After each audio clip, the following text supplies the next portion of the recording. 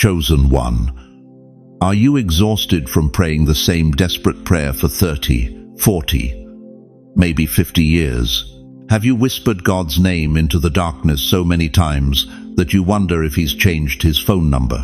Do you wake up at 3 a.m. with your heart pounding, feeling like you're running out of time to fulfill whatever it is you were put on this earth to do?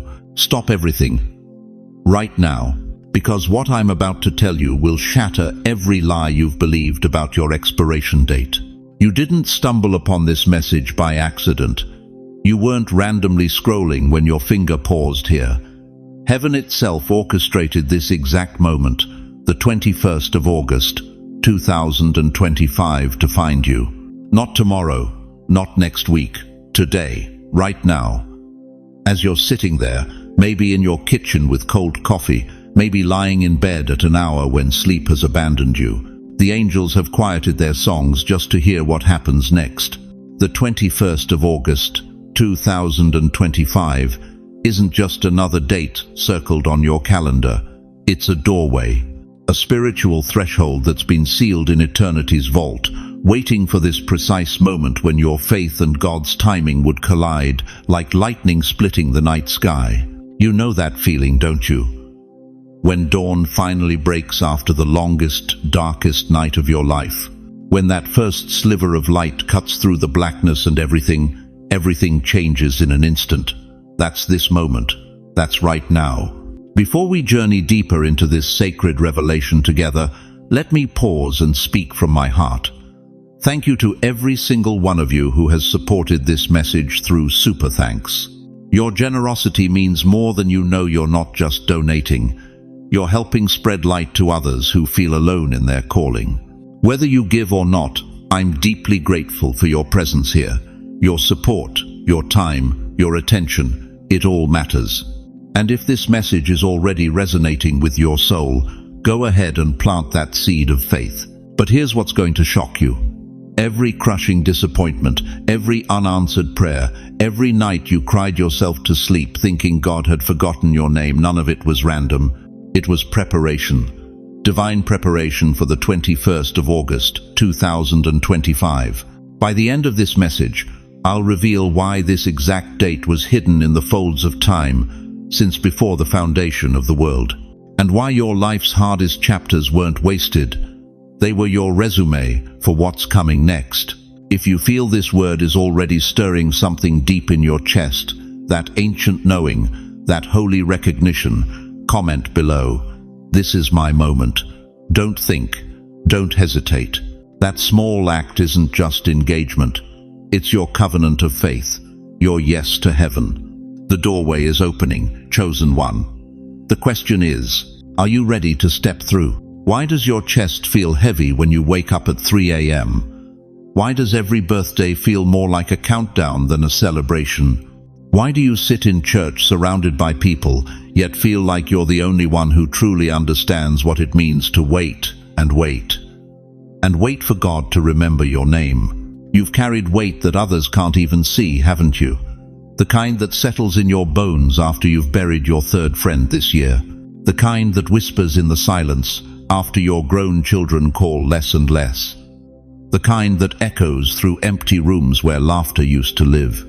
You've stood at gravesides holding flowers for people who were supposed to outlive you. You've celebrated birthdays alone, not because nobody cares, but because nobody's left who remembers when you were young and believed anything was possible. You've sat in doctors' waiting rooms with test results that redefined your future in medical terms you never wanted to learn. And in those moments, those crushing, soul-deep moments, you've whispered the question that haunts every chosen one. God, did you forget me? Let me tell you something that will shake you to your core.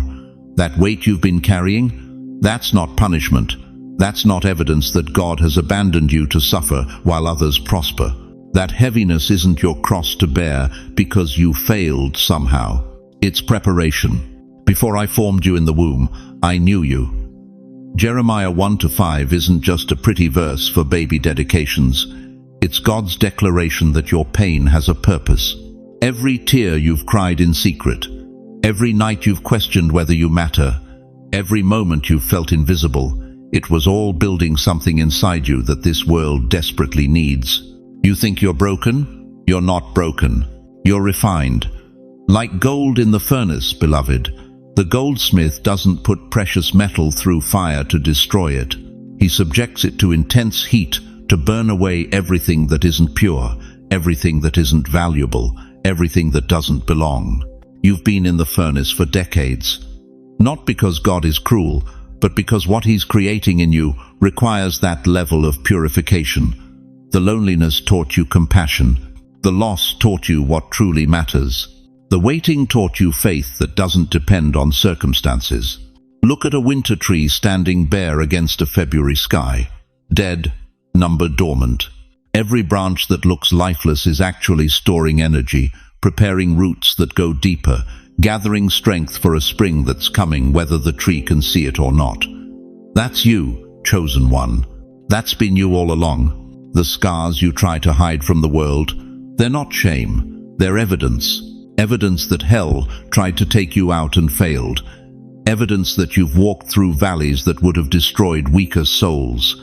Evidence that you were set apart for something so significant that the enemy has been working overtime trying to convince you you're ordinary. But you're not ordinary. You never were. You've outlived friends who seemed stronger. You've survived diagnoses that should have been final. You've endured betrayals that should have made you bitter. Yet somehow you still pray for those who hurt you. You've weathered financial storms that should have left you homeless, yet you're still here, still believing, still hoping. That's not luck.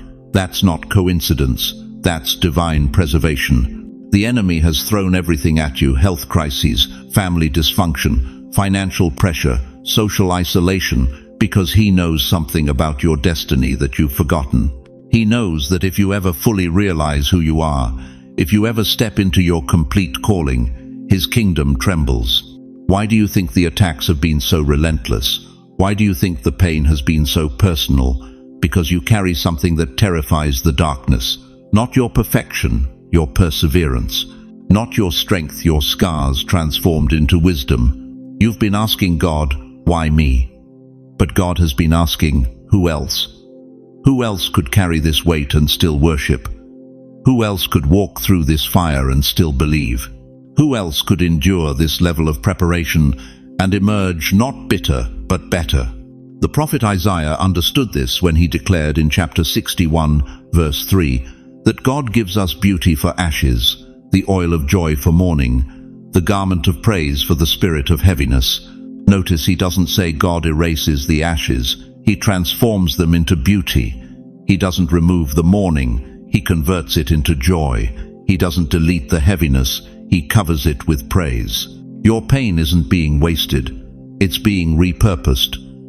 Every sleepless night you've endured is qualifying you to comfort someone else who can't sleep. Every loss you've grieved is preparing you to walk others through their darkest valleys. Every time you've felt forgotten is teaching you to see the forgotten ones that God will place in your path. Right now, at this very moment, there's someone younger than you contemplating giving up, someone middle-aged who thinks their dreams are dead, someone your age who believes God's finished with them. And they need to see you, not perfect you, but scarred you, weary you, still standing you. They need proof that it's possible to walk through hell and come out singing. They need evidence that God's faithfulness doesn't depend on circumstances.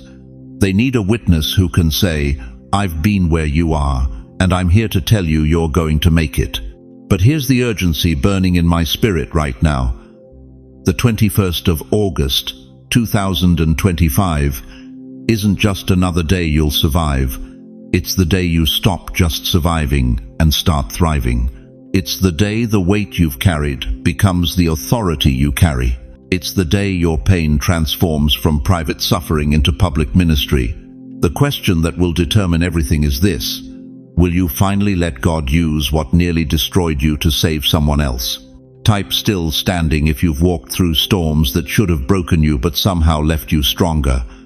Let heaven see that the furnace didn't consume you, it refined you. Because what I'm about to reveal next will show you exactly why every tear you've shed, every loss you've endured, every night you've wondered if God sees you, it was all leading to the 21st of August, 2025, when your greatest pain becomes your most powerful weapon. Dear one, let me ask you something that's going to cut straight to the marrow of your soul. How many years have you felt like you were living behind frosted glass?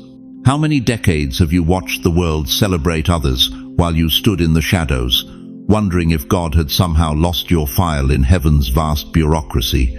You've sat in church pews for 60, 70, maybe 80 years, watching younger voices get the microphone while your wisdom gathered dust like old hymnals.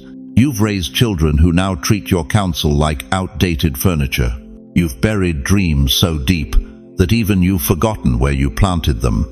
But what if I told you that every single year you felt invisible wasn't abandonment?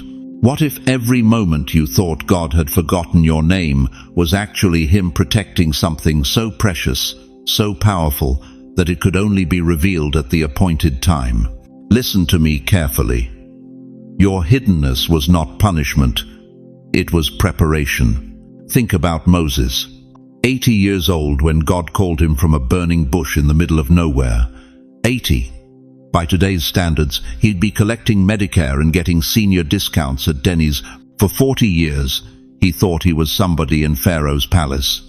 For another 40 years, he was convinced he was nobody in the wilderness, tending sheep that couldn't even pronounce his name correctly. But God wasn't wasting those years. God was waiting for Moses to become so desperate that he'd stop trusting in his own strength and start depending entirely on divine power. Because when Moses finally stood before Pharaoh, he wasn't speaking with the arrogance of youth. He was speaking with the authority of someone who had learned that God plus nobody still equals victory. Or consider Sarah, 90 years old when she conceived Isaac. 90. Her body had been writing obituaries for her reproductive system for decades. She'd buried hope so many times that when God promised her a son, she laughed. Not the laugh of joy, but the bitter laugh of someone who's heard too many promises that never came to pass. But here's what shakes me to my core about Sarah's story. Her laughter wasn't disbelief, it was recognition. Deep down, something in her spirit remembered what her mind had forgotten, that she was still connected to the God of impossibilities. Genesis 21:6 records her words. God has brought me laughter, and everyone who hears about this will laugh with me. That wasn't just happiness. That was vindication for every year she felt barren, forgotten, past her expiration date. And then there's Anna, 84 years old, spending her days in the temple, probably dismissed by most as just another elderly woman who talked to God a little too much. Luke 2:37 tells us she never left the temple but worshipped night and day, fasting and praying, night and day, for decades. While others went home to their families, Anna stayed. While others built careers and accumulated possessions, Anna accumulated presence with God. But when that baby Jesus was brought to the temple, who was the first person to recognize the Messiah? Not the young priests, not the educated Pharisees. Anna, the invisible woman, the forgotten saint. Her eyes may have been dimmed by age, but her spiritual vision was 20/20ths. Do you see the pattern? Do you understand what God is trying to tell you through these ancient testimonies? You thought you were late. Heaven says you're right on time. You thought you missed your moment. God says your moment was delayed until the world was desperate enough to need what you carry. Every gray hair on your head is a crown of wisdom that can't be purchased in any university. Every wrinkle on your face is a map of battles won in secret places. Every ache in your bones is proof that you've carried weights that would have crushed weaker vessels. But here's what's going to shock you. Here's what the enemy has been desperately trying to hide from you. The 21st of August, 2025, isn't just another date. It's the convergence point where your hidden years collide with God's perfect timing. It's the moment when heaven pulls back the curtain and reveals why you had to wait, why you had to endure, why you had to be refined in the furnace of obscurity. Delay is not denial. Your silence was not abandonment. It was incubation. Just like a seed buried in winter soil doesn't die, it waits, it gathers strength. It prepares for the moment when conditions are perfect for breakthrough. You've been that seed, buried beneath disappointments, covered by other people's expectations, hidden from view, while something supernatural took root in the depths of your spirit. The world counted you out because they can only see with natural eyes. But God has been keeping divine books, and according to his records, you're not finished. You're just getting started. I'll show you why God waited until now, the 21st of August, 2025, to uncover you. Because this generation is drowning in information but starving for wisdom. They have access to every voice except the one they need most, yours. The voice that's been seasoned by suffering, aged by experience, and purified by decades of walking with God when the path was dark and the destination unclear. Your children need to see that faith doesn't weaken with age, it deepens. Your community needs to witness what happens when someone refuses to let circumstances define their destiny. This world needs proof that God's promises don't have expiration dates, that his calling doesn't come with retirement packages. If this is hitting your spirit like lightning, if something ancient and holy is stirring in your chest for the first time in years, don't keep this to yourself. Share this message right now. Don't underestimate the power of that simple act. Your share could be the very lifeline someone else is praying for as they sit in their own season of feeling invisible and forgotten. The hidden years are over, chosen one. Your time of invisibility is ending. What's about to emerge from the soil of your silence will astound even you. But the question that will determine everything is this: are you ready to step out of the shadows and into the spotlight of your divine assignment? Listen to me carefully, chosen one. What I'm about to reveal will explain every unexplained attack, every random crisis, every moment when life felt like it was hunting you down with surgical precision. You've been asking the wrong question for decades. You've been wondering, why me, God? Why did I get the cancer at 57? Why did my marriage implode just when ministry was taking off? Why did my business collapse the week I signed that lease? Why does it feel like I'm living under a spiritual magnifying glass, getting burned every time the sun comes out? But what if I told you those weren't random tragedies? What if every single attack on your life was actually a military strategy from hell itself? The enemy doesn't waste ammunition on empty targets, beloved. Satan doesn't deploy his most vicious demons against people who pose no threat to his kingdom. But you've been in his crosshairs since the day you first whispered Jesus' name with genuine faith. Think about it. Why has your life been harder than your neighbor's? Why have you faced battles that would have destroyed weaker souls? Why have you endured betrayals that cut so deep they changed your DNA? Because hell recognized something about your destiny that you're just now beginning to remember. Job understood this principle when he declared in Job 23:10, "But he knows the way that I take. When he has tested me, I will come forth as gold." Gold doesn't become valuable by accident. It becomes precious under pressure, under fire, under circumstances that would obliterate lesser metals. You see, there's something the enemy desperately hoped you'd never discover. Every heart attack that should have killed you but didn't. Every financial ruin that should have destroyed you but somehow became your testimony. Every betrayal that should have made you bitter but instead made you better. None of it was random. You've been like a violin string stretched to its absolute breaking point. The enemy kept pulling, kept applying pressure, kept tightening the tension, hoping you'd snap. But here's what hell didn't understand about the physics of faith. Strings don't break under pressure. They become tuned. They find their perfect pitch. They discover their truest sound. And your sound, chosen one, has been refined by every storm you've weathered. Why do you think your family turned against you when you got serious about God? Why did your closest friends suddenly become distant when you started praying more than partying? Why did doors slam shut just when breakthrough seemed guaranteed? Because the enemy knew what was coming. He could see what God was building in you, and it terrified him. The betrayals weren't random. They were strategic strikes against your confidence. The illnesses weren't just biological. They were interruptions designed to stop you before you fully awakened. The financial collapses weren't just economic downturns. They were spiritual warfare against your ability to fund the revival that's locked inside your prayers. Malachi 3:3 tells us exactly what's been happening. He will sit as a refiner and purifier of silver. He will purify the Levites and refine them like gold and silver. You weren't being punished, dear one. You were being purified. Every flame that tried to consume you was actually burning away everything that wasn't supposed to be part of your future. But here's where it gets dangerous for the kingdom of darkness. Romans 8:28 declares with thunderous authority, "And we know that in all things God works for the good of those who love him, who have been called according to his purpose." All things, not some things, not just the good things, all things. That means every scheme hell devised against you has become raw material for your ministry. Every weapon formed against you has become a tool in your hands. Every attempt to silence you has only made your eventual voice more powerful.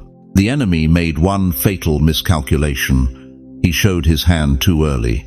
By attacking you so viciously, he revealed exactly how dangerous you are to his plans. Why else would he mobilize such concentrated firepower against one person? Why else would he orchestrate such elaborate schemes to keep you quiet, broke, sick, and isolated? Because he knows something you've forgotten. You weren't attacked because you were weak. You were hunted because you are lethal to darkness. Every tear you've cried in secret has been collected in heaven's bottles. Every prayer you've whispered through gritted teeth has been recorded in eternity's archives. Every time you chose faith over fear, hope over despair, forgiveness over bitterness, you were building something that no demon in hell can tear down. But here's the revelation that will change everything. The same fire that was meant to destroy you has actually forged you into a weapon of mass destruction against everything that opposes God's kingdom. You're not a victim of spiritual warfare. You're a veteran. You're not damaged goods. You're dangerous goods. And on the 21st of August, 2025, the silence that hell worked so hard to impose on you finally breaks. Not with a whisper, but with a roar that will shake the foundations of darkness in your city, your family, your generation. Right now, I need you to do something that will send shockwaves through the spiritual realm. I need you to open your mouth and declare war on the lie that you're finished. Say it out loud, right where you are. I am not done. Don't whisper it, declare it. Let your voice carry the authority of someone who has walked through fire and emerged with their faith intact. Type it in the comments. I am not done. Let the atmosphere shift. Let hell take notice. Let heaven respond. Because the enemy's greatest fear is about to be realized. The voice he tried so hard to silence is about to be amplified beyond his worst nightmares. And what comes next will prove that everything hell meant for evil, God has been orchestrating for good. But are you ready to discover exactly what you've been prepared for? Why this date? Why now? Why has your entire life been building toward the 21st of August, 2025? Like every breath you've taken has been counting down to this moment. Dear chosen one, I need you to understand something that will shake you to your core. This isn't about the world collapsing. This is about your silence collapsing. This is about the stone that's been sealing your tomb of doubt, finally being rolled away by the finger of the Almighty himself. For decades, you've been like Lazarus wrapped in the grave clothes of, I'm too old, I've missed my chance, God's done with people like me. You've been lying in the darkness of delayed promises, listening to the world above ground moving on without you. But what if I told you that every day you spent in that tomb wasn't death, it was divine timing? Jesus stood outside Lazarus's tomb for 4 days. 4 days. Can you imagine the questions swirling through that family's minds? Where was he? Why didn't he come sooner? If he truly loved Lazarus, why did he let him die? But John 11:4 records Jesus saying something that will revolutionize how you see your waiting. This sickness is not unto death, but for the glory of God, that the Son of God might be glorified thereby. Your delay wasn't denial. Your silence wasn't abandonment. It was strategic positioning. Listen to me carefully. The 21st of August, 2025, is your Lazarus moment. It's the day when the voice of the Lord thunders into your spiritual atmosphere and commands with resurrection authority, "Come forth." Not tomorrow. Not when you feel ready. Not when your circumstances align. Now. But why this specific date? Because your waiting was synchronized with the world's breaking point. Heaven delayed your unveiling until the world was desperate enough to need exactly what you carry. Look around you. America is hemorrhaging hope. Our cities are drowning in despair. Mental health crises are skyrocketing. Suicide rates among young people have reached epidemic proportions. Families are fracturing. Faith is failing. This nation that once stood as a beacon of hope to the world is now stumbling in spiritual darkness, searching for voices that carry authentic authority. And where are those voices? They're sitting in living rooms across America, believing they're too old to matter. They're in nursing homes, convinced their wisdom is outdated. They're in small towns and big cities, carrying decades of tested faith but whispering instead of roaring. You think you've been forgotten, you've been hidden, you think you've been passed over, you've been prepared. Every rejection you faced was redirection toward this moment. Every door that slammed shut was God protecting you from premature exposure. Every season of silence was Him building something in you that this generation has never seen. Moses was 80 when God called him from the burning bush. 80. By today's standards, he'd be collecting Social Security and Medicare. But God said in Exodus 3:10, "Come now, therefore, and I will send thee unto Pharaoh, that thou mayest bring forth my people." Notice God didn't say, "You're too old."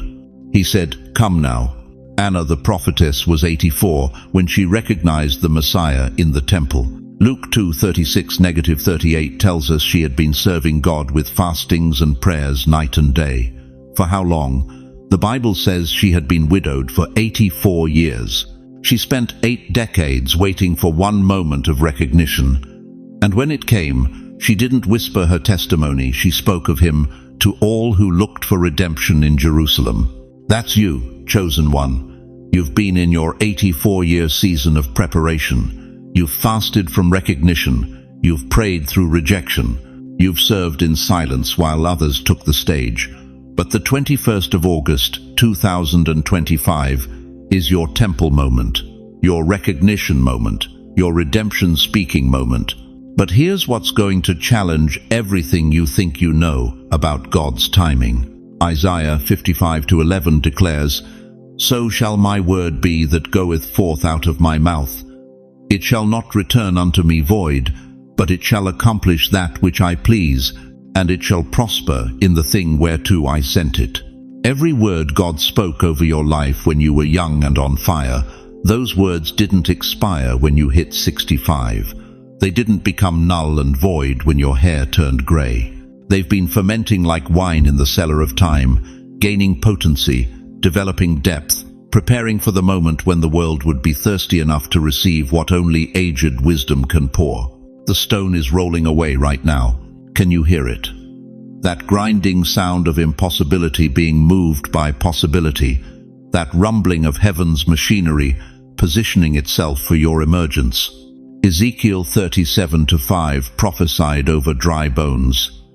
"Thus saith the Lord God unto these bones, Behold, I will cause breath to enter into you, and ye shall live." You've felt like dry bones, haven't you? Scattered, disconnected, lifeless. But the breath of the Almighty is hovering over your situation right now, ready to animate what the world called dead. This is your resurrection morning. This is your coming forth moment. This is when the voice that's been silent for seasons becomes the sound that awakens a generation. But I need you to do something right now that's going to activate everything I've just declared over your life. I need you to stop being a spectator of your own resurrection and become a participant. Stand up where you are, if you can. Even in your living room, Even if your knees are stiff and your back aches, stand up. If you're in a wheelchair, lift yourself as much as you're able. If you're in bed, sit up. Let your posture match your positioning. Now lift your hands toward heaven. Not because it's a religious ritual, but because you're reaching for what's been reaching for you. And whisper these words with everything in you. I accept the mission. Say it again, louder this time. I accept the mission. Now write it below in the comments. I accept the mission. Let heaven see your yes. Let the cloud of witnesses know you're ready. Let the enemy know his season of silencing you is over. Because what's about to happen next will require everything you've learned in the tomb, every tear you've cried in the darkness, every moment you felt forgotten but chose to remain faithful anyway. The stone is rolled away. The mission is activated. The question that will determine your legacy is this: will you come forth? Or will you stay wrapped in the grave clothes of yesterday's limitations? Listen to me carefully, chosen one. For decades, maybe your entire adult life, you've been walking around wearing name tags that were never yours to carry. Labels slapped on you by a world that measures worth by productivity and relevance by age. Too old, irrelevant, forgotten, past your prime. But what if I told you that every single one of those labels is a lie straight from the pit of hell? You see, the enemy's greatest weapon against God's chosen isn't temptation. It's mislabeling. He knows that if he can convince you to wear the wrong name, you'll live the wrong life.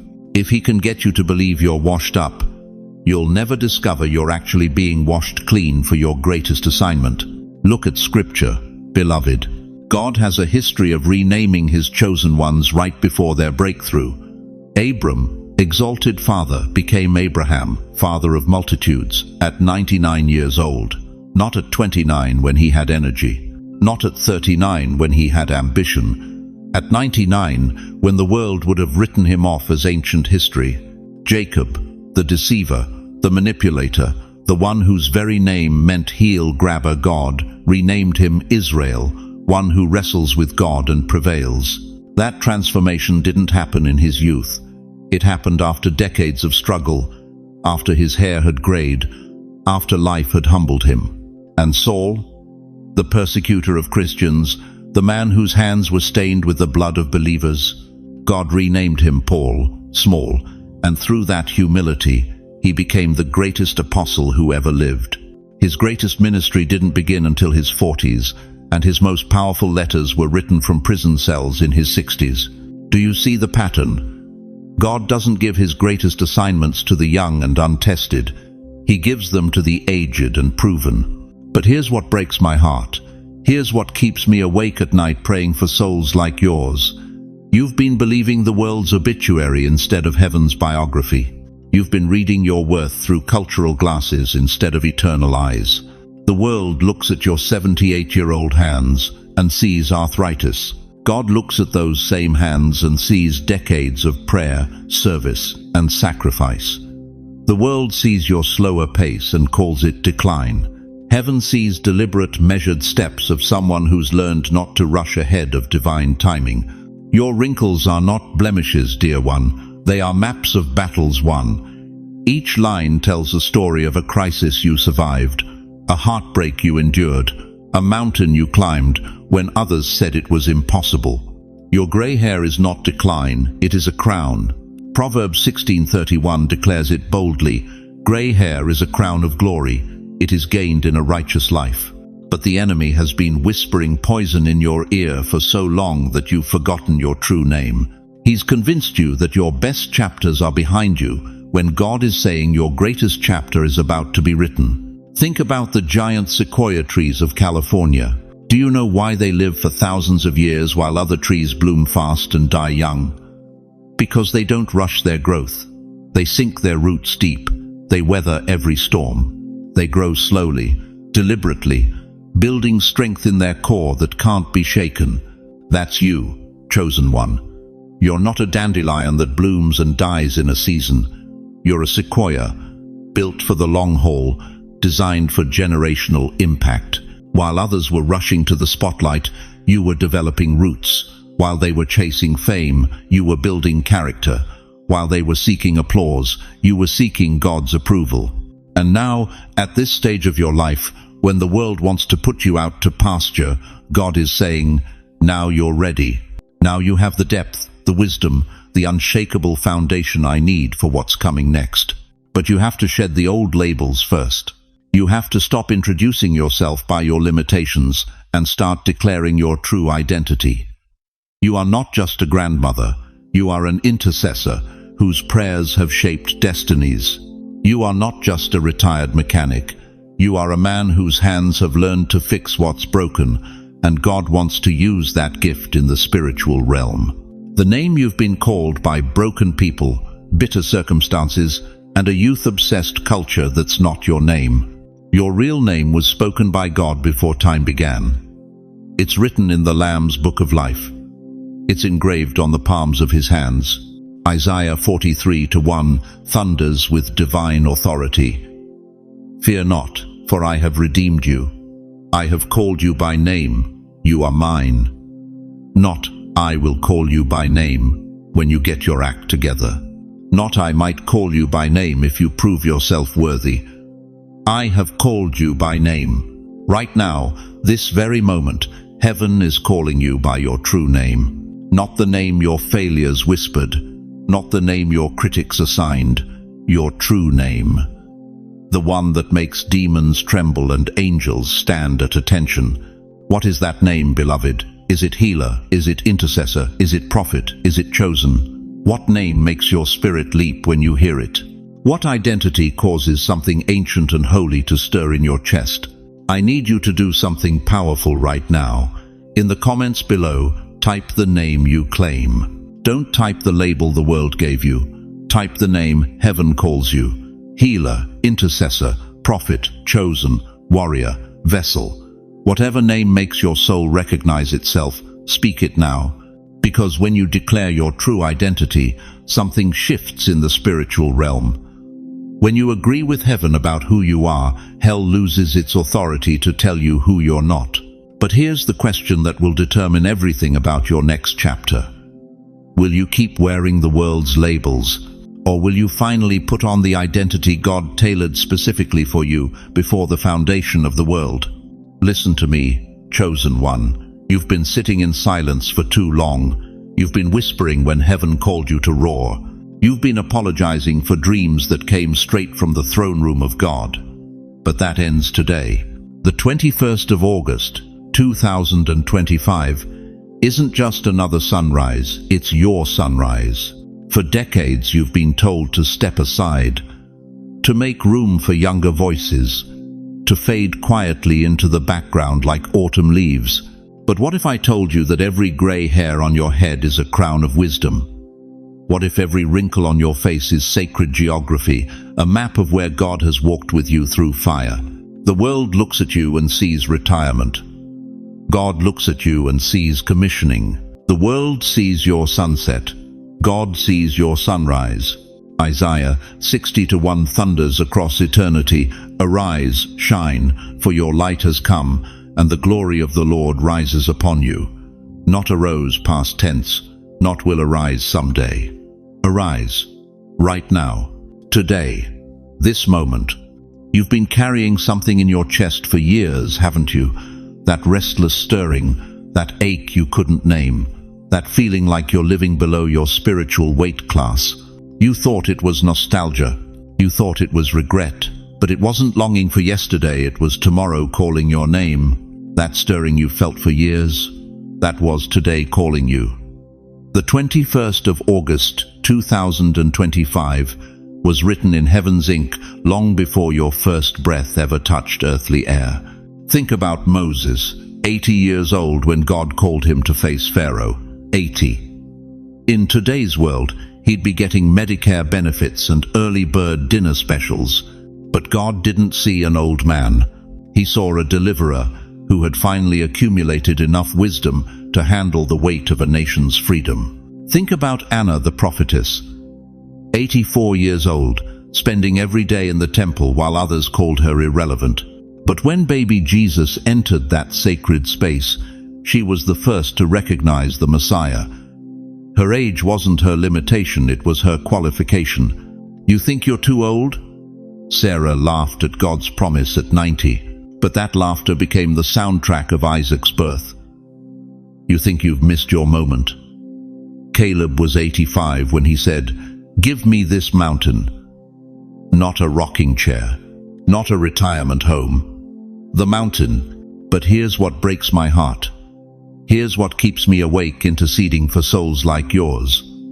You've been living like your voice doesn't matter anymore. You've been convinced that wisdom is outdated, that experience is irrelevant, that your story is just ancient history. That's not just wrong, that's demonic deception, designed to keep you silent when the world desperately needs what you carry.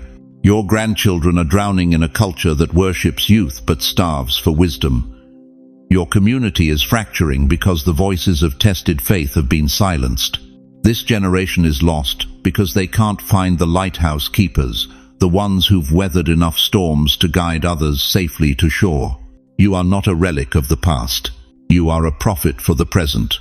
You are not fading away. You are finally coming into focus. Every tear you've cried in secret has been collected in heaven's bottles. Every prayer you've whispered in the dark has been recorded in eternity's archives. Every night you've lain awake wondering if God remembers your name. He's been preparing you for this commissioning. The enemy has been whispering lies. You're too old. You're irrelevant. Nobody listens to people like you anymore. But those aren't just lies, they're desperate attempts to keep you from discovering what hell fears most about you. You carry the authority of experience, the weight of tested faith, the power of proven endurance. When you speak, it's not theory, it's testimony. When you declare God's faithfulness, it comes with decades of evidence. And right now, in this sacred moment, God is saying to you what he said to Lazarus after 4 days in the tomb. Come forth. Come out of the grave of silence. Come out of the burial clothes of "I'm too old." Come out of the tomb of thinking your best days are behind you. This is not your funeral, this is your resurrection. This is your re-entry into purpose. Your voice will shatter the silence that's been suffocating your calling. Your pain becomes purpose. Your scars become sermons. Your story becomes revival. You are stepping into the most dangerous season of your life. Dangerous to despair, dangerous to doubt, dangerous to every lie that says God's finished with you. When the tested ones finally speak, kingdoms shift. When the faithful finally rise, darkness retreats. The 21st of August, 2025, is your come forth moment. The stone is rolling away from every excuse you've made.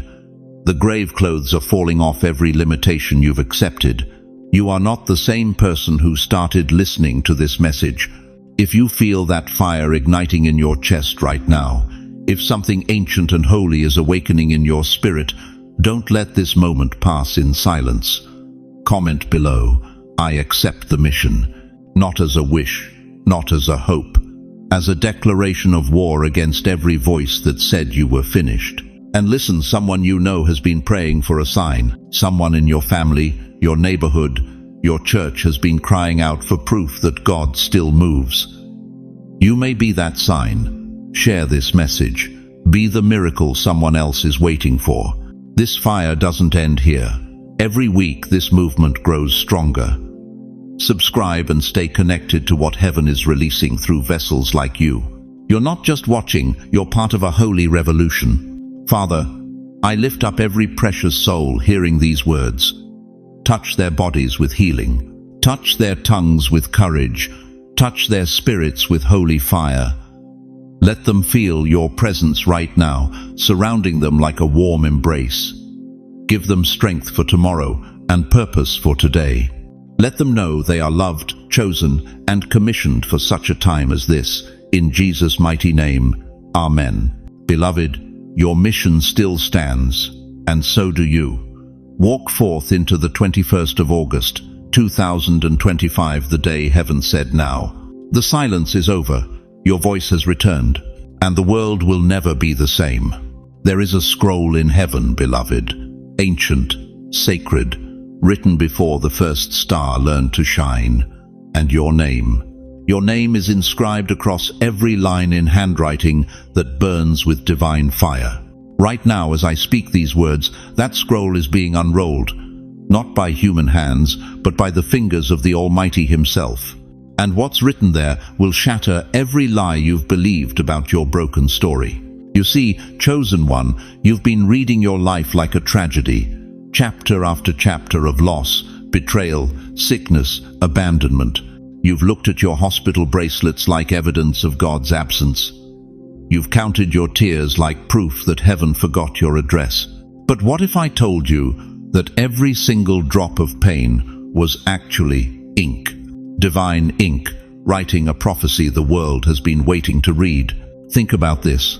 When you buried your spouse after 43 years of marriage, when you sat in that funeral home chair feeling like half your soul was being lowered into the ground, heaven was writing. When that doctor looked you in the eye and said those 3 words that changed everything, when your children stopped calling, when your bank account showed zeros instead of dreams, heaven was still writing, but you couldn't see the scroll. You could only feel the pen. Isaiah 46:10 declares with thunderous authority, I make known the end from the beginning, from ancient times, what is still to come. Do you understand what that means? Your current chapter was written in eternity past. Your breakthrough wasn't an afterthought. It was the climax God planned before you took your first breath. Every tear you've cried has been collected in golden bowls before the throne. Psalm 56:8 tells us, You keep track of all my sorrows. You have collected all my tears in your bottle. Not one drop was wasted. Not one moment of anguish was meaningless. It was all documentation. But here's what's going to shake you to your core. You weren't just surviving those storms, you were being authored by them. Every midnight when you couldn't sleep, every 3 a.m. when anxiety gripped your chest like a vice, every morning you had to choose between getting up or giving up, that wasn't just endurance. That was heaven's editorial process. God was writing resilience into your character, writing wisdom into your spirit, writing authority into your very DNA that can only come from walking through fire and refusing to burn. Look at Job. The enemy threw everything at him: boils, bankruptcy, betrayal. His own wife told him to curse God and die. But Job 19:25 reveals the secret hidden in his scroll. I know that my Redeemer lives, and that in the end he will stand on the earth. Job could see the ending while he was still bleeding in the middle. That's you, dear one. You've been bleeding in the middle, but your scroll reveals the ending. And it's glorious. Why do you think you survived that heart attack at 68 when the doctors said you shouldn't have? Why are you still here when the cancer tried to write the end across your story? Why didn't that depression that felt like drowning actually take you under? Because your scroll wasn't finished. Because there are chapters yet to be written. Because there are people waiting to read your story who are drowning in the exact same storms you weathered. Your granddaughter needs to read the chapter about surviving betrayal. Your neighbor needs the chapter about walking through grief without losing faith. That young mother at the grocery store who always looks so tired. She needs the chapter about finding strength when your tank is empty. You think your story is private? No, chosen one. Your story is prophecy. It was always meant to be read aloud. Daniel 12:4 speaks of the last days. Many will go here and there to increase knowledge, but what kind of knowledge? Not Google searches or YouTube tutorials. The knowledge that comes from watching someone your age refuse to quit when quitting would have been easier. The knowledge that comes from seeing wrinkled hands still lifted in worship. The knowledge that comes from hearing a voice cracked by time, still declaring God's faithfulness. Every line on your face tells a story. Every grey hair is a chapter heading. Every scar is evidence that you survived what should have destroyed you. You're not getting older, beloved. You're becoming literature, living, breathing, walking prophecy. But here's the urgent truth that should grip your heart right now. There are people dying today who need to read what's written in your scroll. Literally dying. from despair, from hopelessness, from the lie that their pain has no purpose. And you've been sitting on the greatest bestseller never written, your testimony, your proof that God still performs miracles on Medicare, your evidence that Social Security can't limit supernatural supply. The scroll is opening, chosen one, right now, this very moment. And what's written there about the 21st of August, 2025, will leave you breathless. Because this isn't just another day. This is the day your private scroll becomes public proclamation. This is the day your hidden chapters become healing for a hurting world. Your life is not a random collection of pain and disappointment. It is a carefully written prophecy, authored by the Creator of the universe, designed to be read aloud in this exact hour, when the world needs hope and you need purpose. If you feel like your life was written long before you knew it, if something in your spirit recognizes the hand of the divine author, type, "My story is prophecy." Don't hesitate, don't doubt. Let heaven see your recognition. Because before we close this sacred moment, I will show you the secret word heaven has been whispering over you all along. The word that explains why your scroll had to include every chapter of pain to reach this chapter of power. But first, you must understand, the scroll isn't just opening to reveal your past. It's opening to unveil your purpose. Chosen one, let me tell you something that's going to shatter every lie you've believed about yourself. You think that fire in your chest died somewhere between your 60th birthday and your last heartbreak. You think that passion, that purpose, that holy burning you felt as a younger person got snuffed out by decades of disappointment, betrayal, and unanswered prayers. But what if I told you that's the biggest deception hell ever whispered in your ear? Look at me. Really look. That ember buried beneath 70 years of ash, it never went out. Every night you cried yourself to sleep, wondering if God forgot your address. Every morning you woke up feeling invisible in a world that worships youth. Every moment you looked in the mirror and saw failure instead of the fighter still breathing. That ember was still glowing. You know what an ember is, don't you? It's not the flashy flame that demands attention. It's the core that survives the storm. It's what remains when everything else burns away. And dear one, you are that ember. Think about the coal mines in Pennsylvania, where men descended into darkness for generations. Sometimes they'd find pockets of coal that had been burning underground for decades, invisible fires that never died, never surrendered, never gave up. That's your spirit right now. That's the fire hell tried to bury, but could never extinguish. Every rejection letter should have killed it. Every funeral you attended should have drowned it. Every financial crisis, every health scare, every betrayal from people you trusted, they should have put out that fire forever. But here's what the enemy didn't count on. God doesn't make fires that can be extinguished by human circumstances. Isaiah 61:3 declares with prophetic authority, "To give unto them beauty for ashes, the oil of joy for mourning, the garment of praise for the spirit of heaviness." Do you hear that? Beauty for ashes. Not instead of ashes. The ashes become the foundation for beauty. Your pain wasn't punishment, it was preparation for this moment when heaven reveals what was being forged beneath the surface. You've been walking around believing you're burned out, finished, past your prime. But every grey hair on your head is evidence that the fire burned so hot it turned your hair to silver. Every wrinkle on your face is a map of flames that refused to die.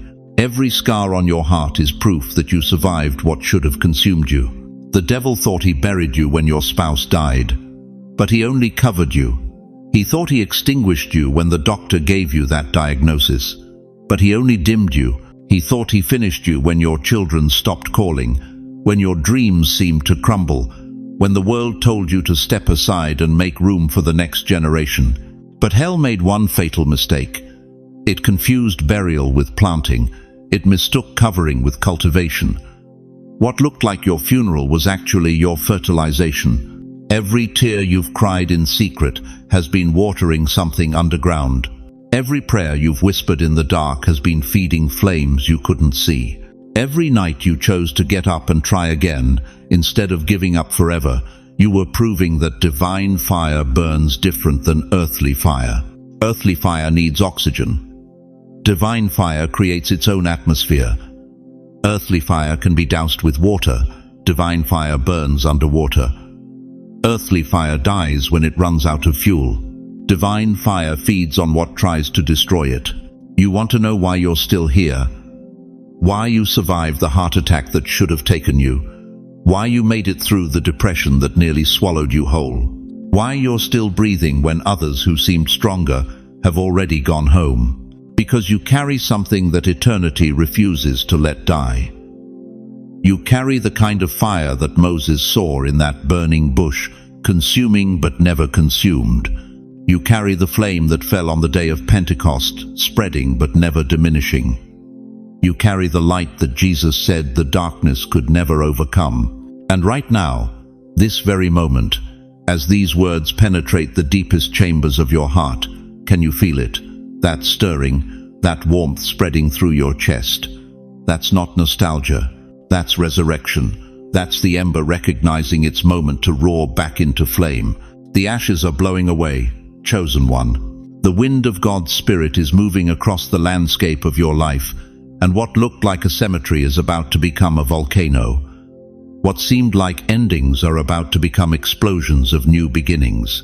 Hell thought it buried you, but it only covered you. Today, the ash is blowing away, and the ember is roaring back into flame. The fire lives in you. The fire lives in you. The fire lives in you. Say it until you feel it. Declare it until you believe it. Shout it until hell backs off and heaven takes notice. Because that flame isn't just personal, it's generational. Your children need to see it. Your grandchildren need to witness it. This broken world needs to know that some fires can't be put out by time, circumstances, or the opinions of others. You think your season is over? Your season is just beginning. You think your voice doesn't matter? Your voice carries the authority of someone who's been through the fire and lived to tell about it. You think your dreams are too late. Abraham was 100 when his promise was born. Moses was 80 when he faced Pharaoh.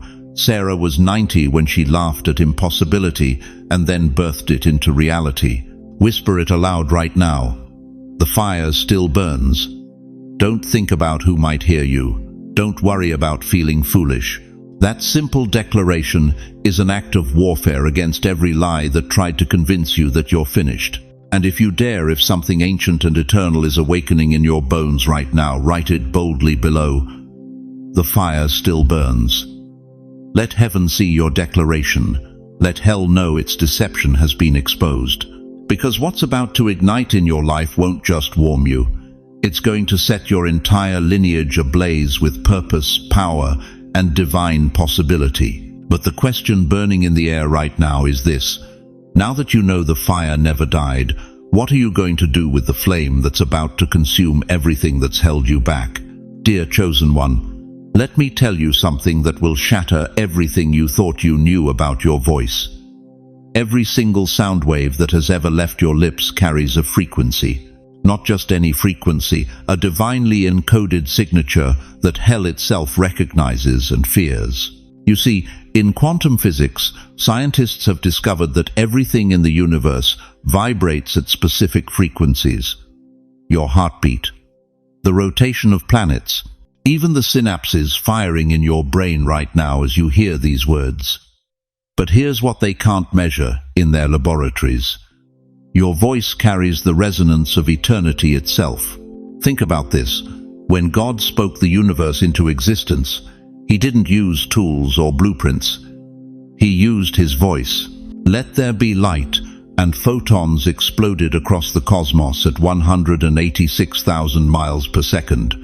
Your voice, the one you've been convinced doesn't matter anymore, carries that same creative DNA. You are speaking with the vocal cords of someone made in His image. But something happened, didn't it?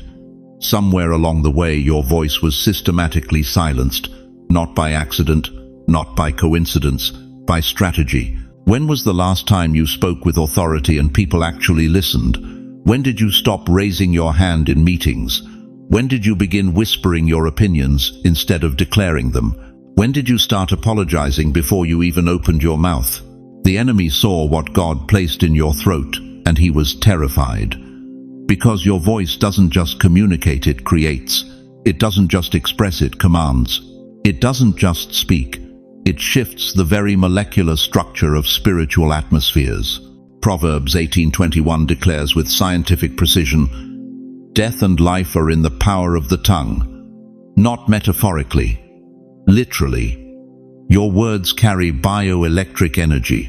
When you speak blessing, cellular regeneration accelerates. When you declare God's promises, neural pathways rewire themselves. When you pray with authority, quantum fields reorganize around your faith. This is why they had to silence you. Think about a bell, a church bell that's been cracked by lightning, weathered by decades of storms, scarred by time itself. The world looks at that bell and sees damage. But when that bell is struck, even cracked, even broken, the sound it produces can still be heard for miles. The frequency doesn't diminish because of the cracks. It deepens. It resonates with a richness that only comes from surviving what should have destroyed it. That's your voice, beloved. Cracked by betrayal, scarred by rejection, weathered by years of being told you don't matter. But when heaven strikes you, when the Holy Spirit breathes through those damaged vocal cords, the sound that emerges shakes foundations that pristine voices could never touch. You think your age has weakened your voice. Moses was 80 when he spoke to Pharaoh with such authority that an empire crumbled. You think your mistakes have disqualified your words. David wrote the most powerful psalms after his greatest failures. You think your pain has silenced your testimony. Job's voice carried the most weight after he lost everything. But here's what's going to shock you to your core. The reason you've felt voiceless for so long isn't because you have nothing to say. It's because what you carry is so dangerous to the kingdom of darkness that hell mobilized an entire operation to keep your mouth shut. Every time someone told you to quiet down, that wasn't correction, that was spiritual warfare. Every time you were interrupted, dismissed, or ignored, that wasn't rudeness, that was recognition. The enemy recognized the frequency you carry before you did. Your voice is not just sound waves bouncing off eardrums. Your voice is seismic. When you speak in alignment with heaven's frequency, spiritual tectonic plates shift. Generational curses crack. Demonic strongholds collapse. Angels receive new orders. This is why silence was forced upon you. Because your voice is a weapon of mass construction in the kingdom of God. But something is about to change. The 21st of August, 2025, isn't just marking time, it's marking the end of your enforced silence. The frequency that's been suppressed for decades is about to be amplified by heaven itself. You know that feeling when you're tuning a radio and suddenly the static clears and you hear the signal crystal clear? That's what's happening to your voice right now. The interference is being removed. The signal is being strengthened. The frequency is being fine-tuned to heaven's broadcasting station. Scientists tell us that sound travels at 1,125 feet per second through air. But faith-filled words travel at the speed of light, instantly reaching the throne of God and returning with creative power that rearranges reality itself. When you finally speak again, really speak, with the authority that comes from surviving what should have killed you, mountains won't just move, they'll bow. Storms won't just calm, they'll apologize. Sickness won't just leave, it'll flee in terror. Your grandchildren need to hear your voice declare blessing over their futures. Your community needs to hear your voice speak life into dead situations. This generation needs to hear your voice. Remind them that God still moves in the impossible. The cracked bell is about to ring again, and when it does, the sound will carry further than any perfect bell ever could. Because the cracks aren't your weakness, they're where the light gets in, they're where the sound gets out. They're where heaven's frequency finds its most authentic expression. Right now, as these words penetrate your spirit, can you feel it? that stirring in your throat, that warmth in your chest. That's not emotion, that's activation. Your voice is remembering its divine frequency. Say it out loud right now. I still have something to say. Don't whisper it, declare it. Type it in the comments below. Let heaven hear you breaking the silence that hell worked so hard to enforce. Because when you speak again, and you will speak again, the earth itself will lean in to listen. The question is, are you ready to discover exactly what heaven has been waiting for you to say? Listen to me carefully, chosen one. Every single step you've taken, every tear you've shed, every prayer you've whispered in the darkness wasn't just about you. You think you're walking this journey alone, but you're carrying something far more ancient, far more sacred than your own personal struggles. You are the living, breathing answer to prayers that were offered before you ever drew breath. Picture this. Your grandmother, kneeling beside her bed in 1943, her weathered hands folded tight, whispering through tears, "Lord, let someone in this family know your goodness. Let somebody break these chains." Your grandfather, working 3 jobs during the Depression, stopping in the middle of plowing that field to look up at the sky and say, "God, I may never see prosperity, but let my children's children walk in your blessing." Those weren't just desperate prayers, beloved. Those were prophetic declarations. They were investing their faith into a spiritual bank account that you're about to inherit. Deuteronomy 7-9 declares with thunderous authority, "Know therefore that the Lord your God is God. He is the faithful God, keeping his covenant of love to 1,000 generations. 1,000 generations.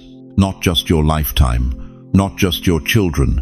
1,000 generations of faithfulness flowing through your bloodline like sacred DNA. But here's what's breaking my heart tonight. Here's what's keeping me awake, interceding for souls just like yours. You've been walking around thinking you're the end of the line. You've been carrying the weight of feeling like a disappointment to your ancestors. You've whispered to yourself in those lonely 3 a.m. moments, "I'm the one who couldn't make it. I'm where the blessing stops." That's a lie straight from the pit of hell. You are not the period at the end of their sentence. You are the exclamation point of their faith. Every funeral you attended didn't just bury a body. It placed eternity in your bones. Every time you stood at a graveside and watched them lower someone who loved you into the ground, heaven was downloading their spiritual inheritance directly into your DNA. Their faith didn't die with them. It transferred to you. Genesis 48-16 shows us Jacob blessing his grandsons. "May the God who has been my shepherd all my life to this day, bless these boys." Jacob wasn't just being sentimental. He was transferring a mantle. He was passing down spiritual authority that had been building for generations. You think those Sunday dinners when your grandmother would tell the same stories over and over were just nostalgia? No. She was prophesying over your future. She was speaking your destiny into existence. When she talked about how God provided during the hardest times, she was programming your faith to expect provision. When she told you about healing miracles in the family, she was activating supernatural expectation in your spirit. Every struggle your parents endured, every sacrifice they made, every night they went without so you could have more, it wasn't just survival, it was investment. They were depositing strength into your spiritual account that would compound with interest over decades until this very moment when you'd need it most. But here's the urgent truth that should grip your soul. You are standing at a crossroads that will determine the spiritual trajectory of generations you'll never meet. If you remain silent now, if you keep believing the lie that your time is over, if you keep hiding the fire that's been burning in your bones, the chain breaks. The prayers of 5 generations hit a dead end with you. But if you rise, if you finally step into the authority that's been building in your bloodline for decades, if you speak with the voice of your ancestors' faith, the blessing doesn't just continue, it multiplies, it explodes. It creates a spiritual tsunami that will reach your great-great-grandchildren's children. You think your grandson who's struggling with addiction is beyond hope. You carry the prayers of his great-great-grandmother who interceded for generations she'd never see. You think your daughter who's walked away from faith is lost forever. You hold the spiritual key that was forged in the prayer closets of women who've been dead for 40 years, but whose intercession is still active in the heavenly realm. Exodus 20:6 promises that God shows love to 1,000 generations of those who love me and keep my commandments. Your obedience today doesn't just affect today. It reverberates through time like ripples in an eternal pond. Your decision to finally speak up, to step out, to stop hiding it, changes the spiritual climate for babies who haven't even been conceived yet. You are not the end of your bloodline, chosen one. You are the bridge. You are the generation that connects the faithfulness of the past with the harvest of the future. You are the living proof that their prayers weren't wasted, their sacrifices weren't in vain, their faith wasn't foolish. This is why the enemy has fought you so hard. This is why the attacks on your life have been so vicious. Because he knows that if you ever fully understand who you are, if you ever realize that you carry the accumulated faith of generations, you become unstoppable. You become a spiritual nuclear reactor powered by the prayers of the saints who've gone before. The ancestors are watching. The cloud of witnesses is leaning in, and the 21st of August, 2025, is the appointed time when heaven says, now. This is the generation. This is the moment when everything they invested comes to full harvest. But it requires your yes. It demands your voice. It needs your willingness to finally stop seeing yourself as the weak link and start recognizing yourself as the missing link that connects heaven's promises to earth's desperate need. So right now, before doubt creeps back in, before fear whispers lies about your inadequacy, I need you to do something that will echo through eternity. Type in the comments, "The chain continues through me." Let those words rise up like incense before the throne. Let your ancestors in glory hear your declaration. Let the generations unborn feel the shift in the spiritual atmosphere. Because, beloved, what happens next will determine whether their legacy ends in silence or explodes in supernatural demonstration of God's faithfulness across time itself. The question burning in the heavens right now is this: will you be the generation that breaks the chain, or the one that breaks through to the greatest spiritual awakening your family line has ever witnessed?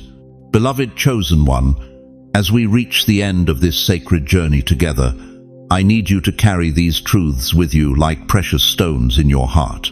Remember this: the 21st of August, 2025, isn't just another date on your calendar, it's your divine appointment with destiny. You are not too old, not too late, and certainly not forgotten. You carry the accumulated prayers of generations who invested their faith into your future. You are the bridge between their sacrifices and the harvest yet to come. Remember that every struggle you've endured, every tear you've shed, every moment you felt abandoned was never random, it was preparation.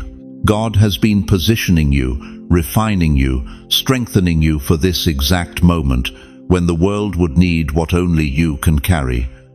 Your scars are not disqualifications, they are your credentials for ministry. But here's what I need you to understand with absolute certainty. You are not walking this path alone.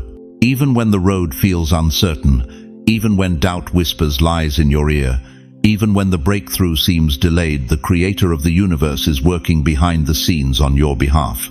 He's moving mountains you can't see, opening doors you haven't found yet, and orchestrating blessings you can't even imagine.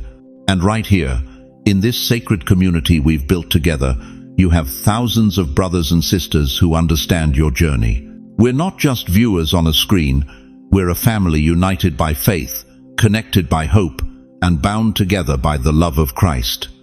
When you stumble, we'll help you stand. When you doubt, we'll remind you of God's faithfulness. When you celebrate, we'll rejoice with you. Let me ask you this final question, and let it settle deep in your spirit. Now that you know who you really are, a chosen vessel, a bridge between generations, a carrier of divine purpose, how will you live differently starting tomorrow morning? Before I release you into your calling, I want to pray over you. Right now, wherever you are, I want you to close your eyes and let these words wash over your spirit like healing oil. Heavenly Father, I place my hand on the shoulder of every precious soul who has journeyed with us tonight. Lord, you see their hearts, you know their struggles, you've counted every tear they've cried in secret.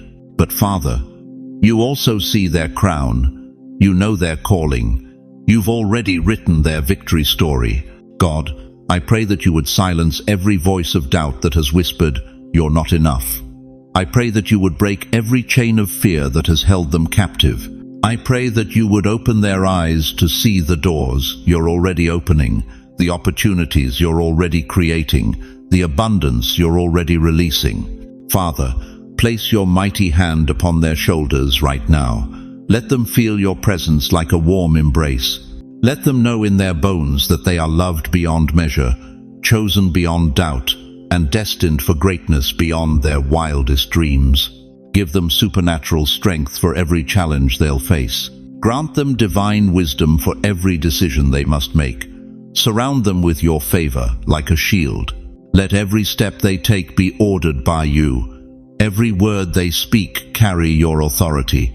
Every breath they breathe be a declaration that you are still God. Heal their bodies, Lord.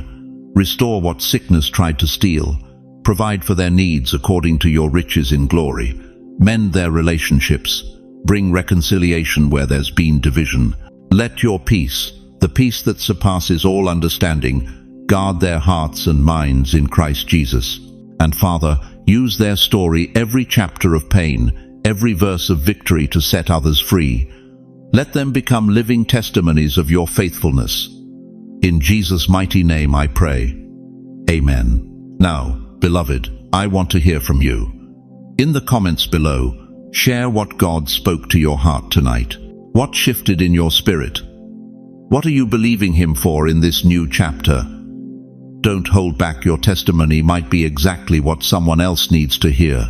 This community is here to celebrate with you, pray for you, and remind you that you're never alone in this journey. If this message touched your soul, if you felt God speaking directly to you through these words, please share it with someone who needs to remember they're chosen too. You might be the vessel God uses to awaken someone who's been waiting for this exact word. Before we close, I want to thank every single one of you who stayed with me through this entire message. Your faithfulness to listen, to receive, to believe tells me everything I need to know about your heart. You're ready for what God has prepared. If you haven't already, please subscribe to this channel and hit that notification bell. We're building something beautiful together, a community where faith grows, hope is restored, and destinies are fulfilled. Remember, chosen one, you are loved, you are called, you are not alone. Your best days aren't behind you, they're ahead of you. And the God who brought you this far will never leave you or forsake you. Until we meet again, walk in your authority, rest in His love, and never forget the ancestral mantle is upon your shoulders, and it's time to rise. God bless you mightily. Go forth and shine.